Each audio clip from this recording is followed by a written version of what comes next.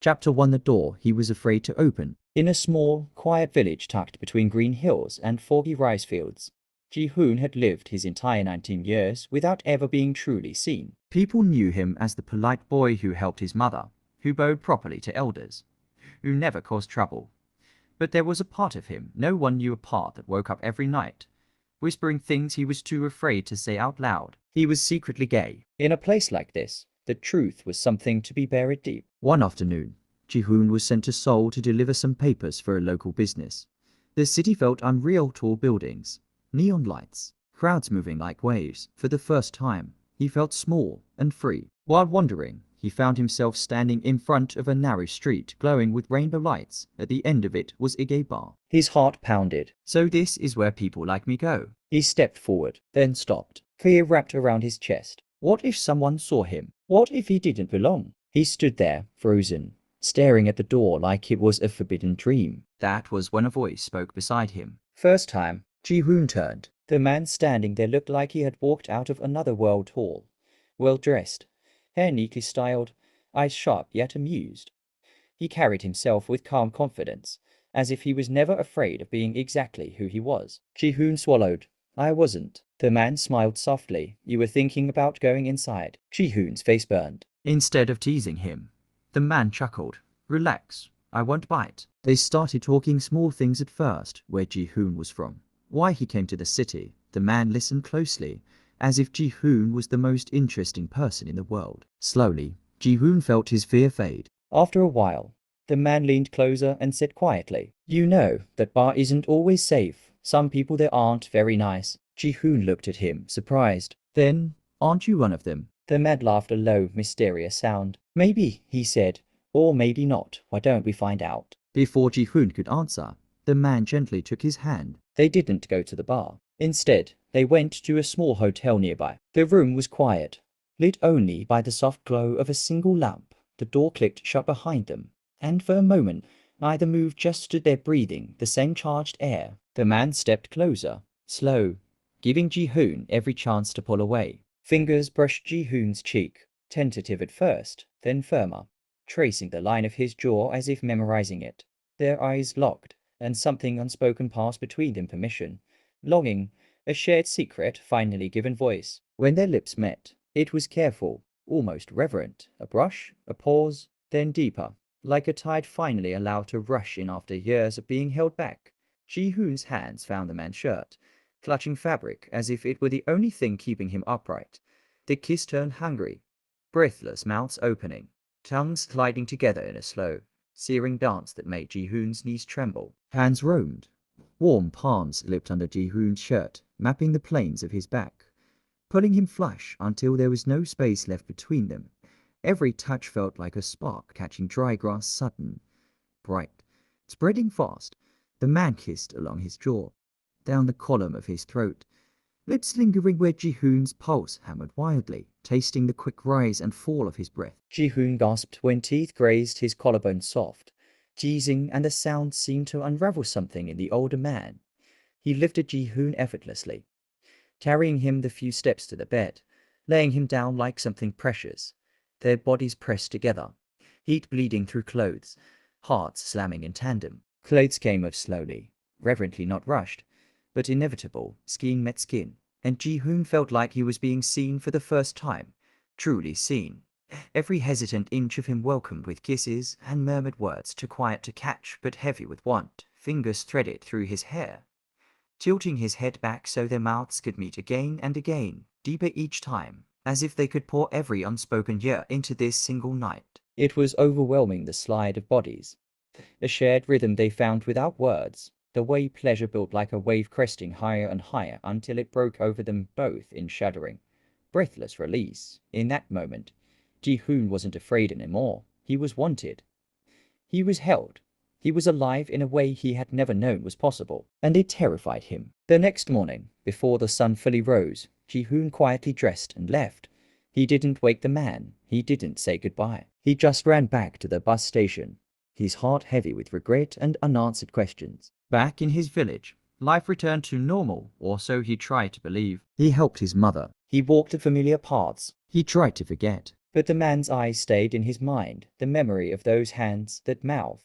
That quiet certainty refused to fade. Then, one day, a moving truck arrived at the empty house next to his. Ji-hoon watched from his window as boxes were unloaded, and when the door opened, his breath stopped. It was him, the man from the hotel, standing right next door, looking straight at Ji-hoon, with a smile that said, "I found you." The morning sun had barely cleared the hills when Ji-hoon heard the low rumble of the moving truck finally pull away. He stayed by the window longer than he should have, watching the empty street, half expecting the man to vanish like a bad dream. He didn't. Instead, the front door of the house next door opened, and there he was, still tall, still impossibly composed, now carrying a single cardboard box labeled kitchen in neat black marker. Ji-hoon's stomach dropped. He should have stayed hidden, but his mother's voice called from the kitchen, "Ji-hoon, go say hello to the new neighbor, be polite."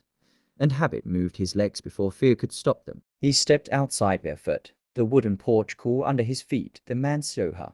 Ji-hoon still didn't know his name, looked up immediately, as if he'd been waiting for this exact moment. Their eyes met. Ji-hoon's throat closed. "Annyeonghaseyo," he managed, bowing stiffly, to low, to fast. "Welcome to the neighborhood." So-ho smiled, that same slow, knowing smile from Seoul, and inclined his head. "Thank you.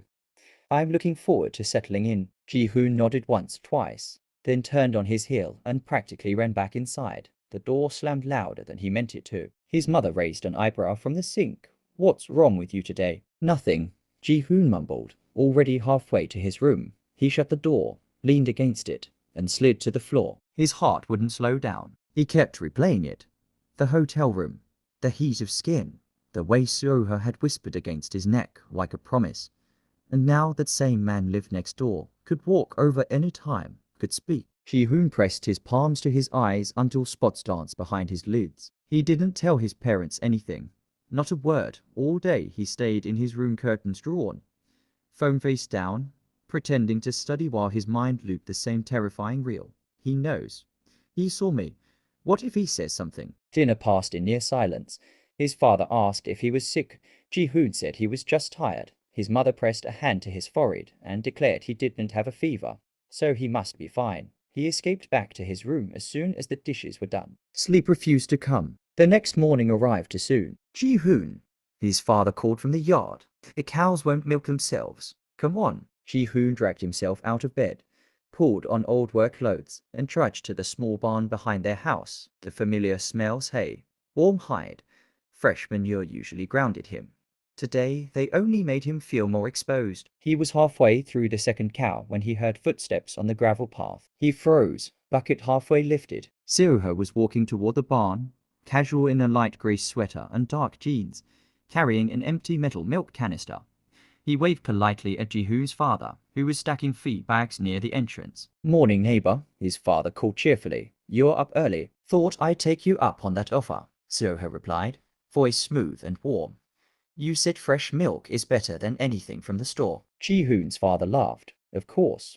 For you, I'll even give a little discount. Family price now." Ji-hoon stared at the cow's flank, pretending to be very focused on the rhythm of the milking. His ears burned. They were already friends. In one day, his father Graf, suspicious of city people, had already decided this man was trustworthy. Ji-hoon felt the ground tilt under him. He won't say anything, Ji-hoon told himself desperately. He can't.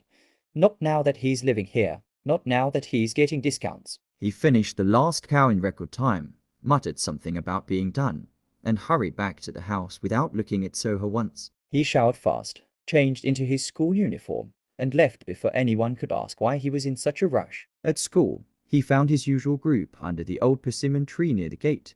Mi-jae and Taesung, his two closest guy friends, and SOR and the UNG. The girls who had basically adopted him since middle school. "You look like you saw a ghost," SOR said, tilting her head. "Didn't sleep," Ji-hoon muttered. Taesung slung an arm around his shoulders.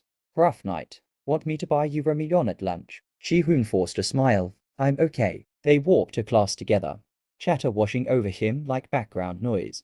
He sat in his usual seat by the window, staring at the empty teacher's desk, trying to breathe normally. Then the intercom crackled. "Attention, second-year students. Your new biology teacher will be joining you today.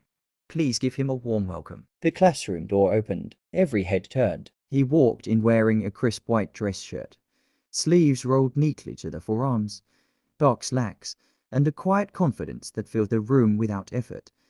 Hair swept back, jaw sharp, eyes calm and intelligent behind subtle wire-frame glasses he hadn't worn in Seoul. Girls gasped softly. Whispers erupted. He's so handsome. Is he even allowed to be that good-looking? A few boys crossed their arms, suddenly sitting straighter, jaws tight. Ji-hoon couldn't move. Soha set his briefcase on the desk, turned to the class, and offered a small, polite bow. Good morning. My name is Kim Seoha.